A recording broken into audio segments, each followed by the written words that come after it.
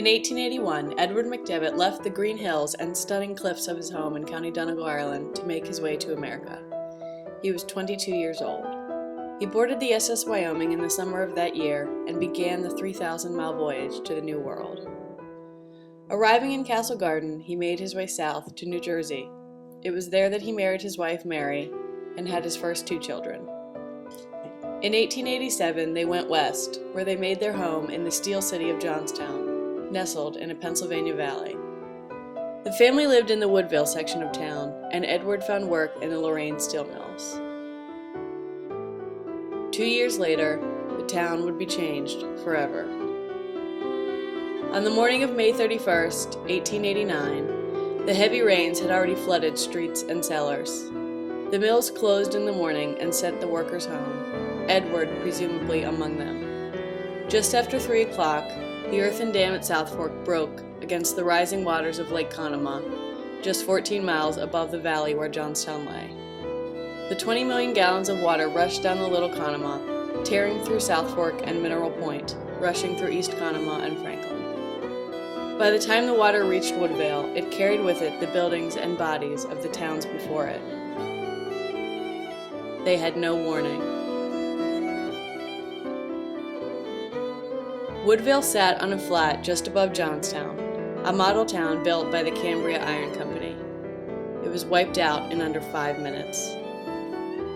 After the ravages of the waters, the only thing left standing was part of the old woolen mill. 1 out of every 3 people in Woodville died.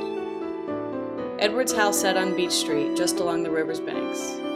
Edward, his wife Mary, and their 2 young children, a son of 3 years and a daughter of 2, survived. We don't know how. It is one of the many stories lost to history.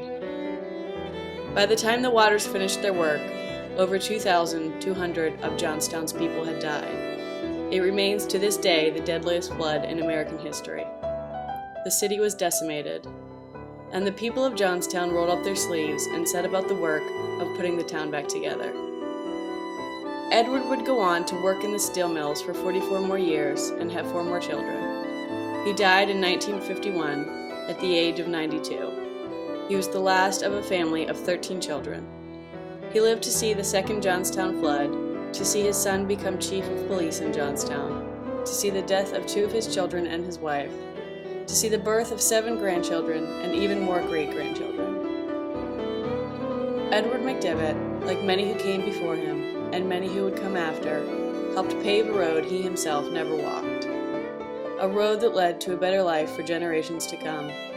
A road that made it possible for his great-great-granddaughter to be born 30 years after his death into a world of limitless possibilities.